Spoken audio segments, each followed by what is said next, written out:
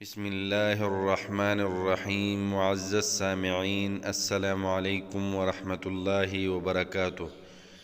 لا الہ الا اللہ محمد الرسول اللہ کی فضیلت۔ نمبر 1، حضرت معاذ بن جبل رضی اللہ عنہ فرماتے ہیں کہ جناب رسول اللہ صلی اللہ علیہ وآلہ وسلم نے فرمایا کہ جنت کی چابی لا الہ الا اللہ کی گواہی دینا ہے۔ نمبر 2، حضرت ابو ہریرہ رضی اللہ عنہ سے روایت ہے کہ عرش الہی کے سامنے ایک ستون ہے جو لا الہ الا اللہ کہنے والے کی بخشش کی شفاعت کرتا ہے۔ نمبر 3، حضرت انس رضی اللہ عنہ سے روایت ہے کہ جناب رسول اللہ صلی اللہ علیہ وآلہ وسلم نے فرمایا کہ جو بھی مسلمان رات یا دن کو لا الہ الا اللہ کہتا ہے تو اس کے اعمال نامہ سے گناہ مٹا دیے جاتے ہیں اور ان کی جگہ اتنی ہی نیکیاں لکھ دی جاتی ہے۔ نمبر 4، حضرت ابن عمر رضی اللہ عنہ فرماتے ہیں کہ کلمہ طیبہ ورد رکھنے والوں پر موت، قبر اور حشر میں کوئی وحشت نہیں ہوگی۔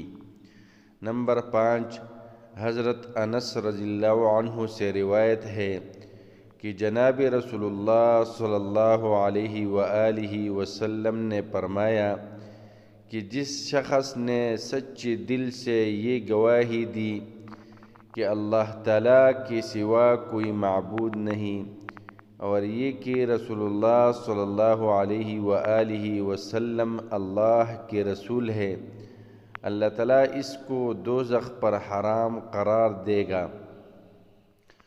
نمبر 6، حضرت جابر رضی اللہ عنہ سے روایت ہے کہ جناب رسول اللہ صلی اللہ علیہ وآلہ وسلم نے فرمایا کہ افضل ذکر لا الہ الا اللہ اور افضل دعا الحمدللہ ہے۔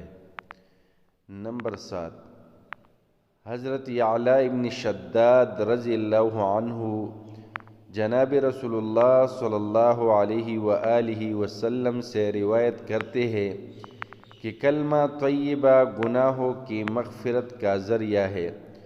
نمبر 8، حضرت ابو ہریرہ رضی اللہ عنہ فرماتے ہیں کہ جناب رسول اللہ صلی اللہ علیہ وآلہ وسلم نے فرمایا جب کوئی مسلمان لا الہ الا اللہ کہتا ہے تو آسمان کے سب دروازے کھل جاتے ہیں حتیٰ کہ اس کا یہ ذکر عرش تک پہنچتا ہے۔ یہ فضیلت اس بندے کے ذکر کو اس وقت تک حاصل رہتے ہیں جب تک وہ بڑے گناہوں سے بچتا رہے۔